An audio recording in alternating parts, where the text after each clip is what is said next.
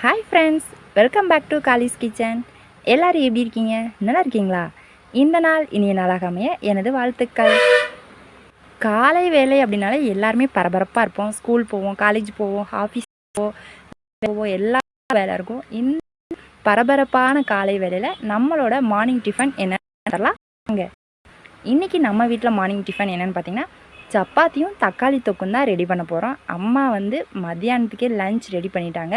Night வச்ச ரசம் இருந்துச்சு, அதில் சாப்பாடு மட்டும் வச்சுட்டு விட்டுட்டாங்க. டிஃபன்லாம் அவங்க சாப்பிட மாட்டாங்க. எனக்கும் அப்பா தம்பிகளுக்கும் தான். அவங்களுக்கு சப்பாத்தி செஞ்சு கொடுத்துர்லாம் சொல்லிட்டு இன்றைக்கி சப்பாத்தியும் தக்காளி தொக்கும் தான் ரெடி பண்ண போகிறோம். ஃபஸ்ட்டு பார்த்தீங்க அப்படின்னா நான் மாவு பிசைஞ்சு ஃபஸ்ட்டே வச்சுட்டேன். அதுக்கப்புறம் தக்காளி தொக்கு ரெடி பண்ணலான்னு சொல்லிட்டு தக்காளியெல்லாம் எடுத்துகிட்ருக்குறேன். ஒரு 4 தக்காளி மட்டும் எங்களுக்கு அளவாக எடுத்துருக்குறோம். தக்காளி தொக்கு அம்மா எப்போவுமே எப்படி பண்ணுவாங்கன்னா 2-3 விதமாக பண்ணுவாங்க. அரைச்சி வைப்பாங்க, அப்படியே இது பண்ணுவாங்க, கடைவாங்க. இன்றைக்கி எது பண்ண போகிறோன்னு தெரில. ஆனால் எது ஈஸியாக இருக்கோ அதை டக்குன்னு முடிச்சிடலான்னு சொல்லிட்டு தான் ரெடி பண்ண போகிறோம். ஃபஸ்ட்டு ஒரு 4 தக்காளி நல்லா வாஷ் பண்ணி எடுத்துக்கலாம். பழுத்த பழமாக தான் எடுத்துருக்கேன். இந்தளவு தான் பழுத்திருக்கு, இதுக்கு மேலே இல்லை.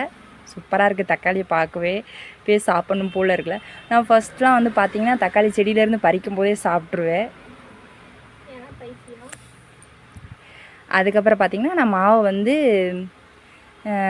தேய்ச்சி வச்சுக்கிறேன். எனக்கு எப்போவுமே தோசைக்கல்லை அடுப்பில் வச்சுட்டு தேய்ச்சி போடுற பழக்கம்லாம் எனக்கு கிடையாது. ஏன்னா அது எனக்கு ரொம்ப பயமாக இருக்கும். நான் எப்போவுமே எல்லாத்தையும் ரெடி பண்ணி வச்சுட்டு தான் அதுக்கப்புறம் தான் போய் சமைக்கவே ஆரம்பிப்பேன். ஃபஸ்ட்டே மாவெல்லாம் தேய்ச்சி ரெடி பண்ணி வச்சுக்கிறேன். தக்காளி தொக்குக்கு பார்த்திங்க அப்படின்னா தக்காளி, வெங்காயம், பச்சை மிளகா, இஞ்சி பூண்டு பேஸ்ட்டு எல்லாமே ஃபஸ்ட்டே ரெடி பண்ணி வச்சுட்டேன். சரி, இதையும் மாவையும் தேய்ச்சிட்டோம்னா ஒரு அடுப்பில் தக்காளி தொக்கு ரெடி பண்ணிக்கலாம், இன்னொரு அடுப்பில் சப்பாத்தி போட்டு எடுத்துக்கலாம்னு சொல்லிட்டு தான் டக்குன்னு ரெடி பண்ணிகிட்ருக்கேன். இப்போயே மணி 7:30 ஆக போகுது. நான் அந்த ரவுண்டு ஷேப் கொண்டு வர்றதுக்காக நான் இது பண்ணுவேன். நான் ரொம்ப சமையல் எக்ஸ்பர்ட்லாம் சொல்ல முடியாது. நானே இப்போ தான் சமைச்சு பழகிட்டுருக்கிறேன். பார்த்திங்களா, இந்த மாதிரி எல்லாத்தையும் ஃபஸ்ட்டு ரெடி பண்ணி வச்சுருவேன். அதுக்கப்புறம் தான் சமைப்பேன். அதில் பாப்பா கேட்குற கேள்விக்கெல்லாம் பதில் சொல்லணும். மாவை ஆராய்ச்சி பண்ணிகிட்ருக்குறா. நம்மளும் போட்டு பிசைஞ்சு எடுத்து வைக்கலாமா, என்ன விவரம் ஏது அப்படின்னு. மேடம் எப்போவுமே அந்த இதில் தான் போய் தண்ணி திரிவி விட்டு தான் குடிப்பாங்க. குடத்துலலாம் மோந்து குடிக்க மாட்டாங்க. எப்படிலாம் ஐஸ் வைக்கிறேன் பாருங்கள். அப்போ தான் அந்த மாவு தருவனாமா. பச்சையாகவே சாப்பிட்ணுன்னு அடம்பிடிக்கிறா. போட்டா எடுமா அப்படிலாம் சொல்கிறா. தக்காளி தொக்கு ரெடி பண்ணலாம். எப்போவுமே இது பட்டை, சோம்பு இதெல்லாம் போட்டிருக்கிறேன். அதுக்கப்புறம் பார்த்திங்கன்னா ஒரு பெரிய வெங்காயம் பொடி பொடியாக கட் பண்ணியிருக்கேன். 2 பச்சை மிளகா, அப்புறம் கருவேப்பிலை, இஞ்சி பூண்டு பேஸ்ட்டு எல்லாம் போட்டு நல்லா வதக்கி விட்டுறலாம்.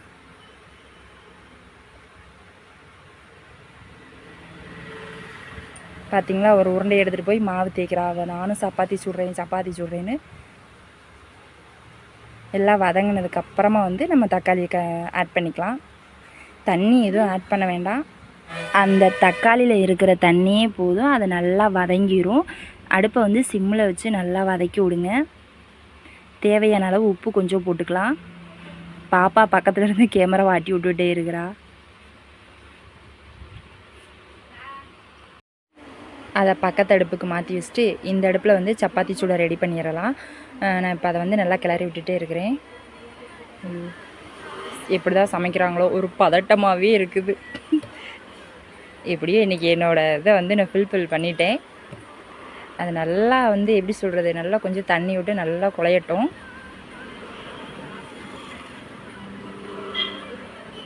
சப்பாத்தி சுட்டு முடிச்சிட்டேன். இந்த குழஞ்சதை கொஞ்சமாக லைட்டாக ஆற விட்டு எடுத்து ஒரு பாத்திரத்தில் மாற்றிக்கலாம். மாற்றிட்டு அதை அப்படியே கொஞ்சம் இது வச்சு கடைஞ்சிக்கலாம். இந்த டேஸ்ட் செம்மையாக இருக்கும். எல்லோரும் இதை எப்படி பண்ணுவாங்கன்னு எனக்கு தெரியல. ஆனால் எனக்கு தெரிஞ்ச முறையில் நான் அதை கடையிறேன்.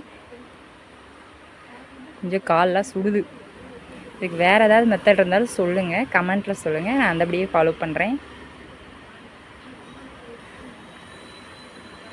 அவ்வளோதான். இன்றைக்கி காலையில் எழுந்திரிச்சு டிஃபன் ரெடி பண்ணி அவங்களுக்கு ஸ்கூலுக்கு போட்டு அனுப்பியாச்சு. நானும் சாப்பிட்டு கிளம்பிட்டேன்.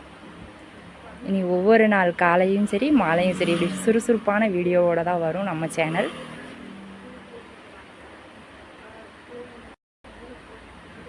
பண்ணி நானும் இந்த வீடியோ உங்களுக்கு பிடிச்சினா லைக் பண்ணுங்கள், மறக்காமல் நம்ம சேனலை ஃபாலோ பண்ணுங்கள். ஓகே, பாய்.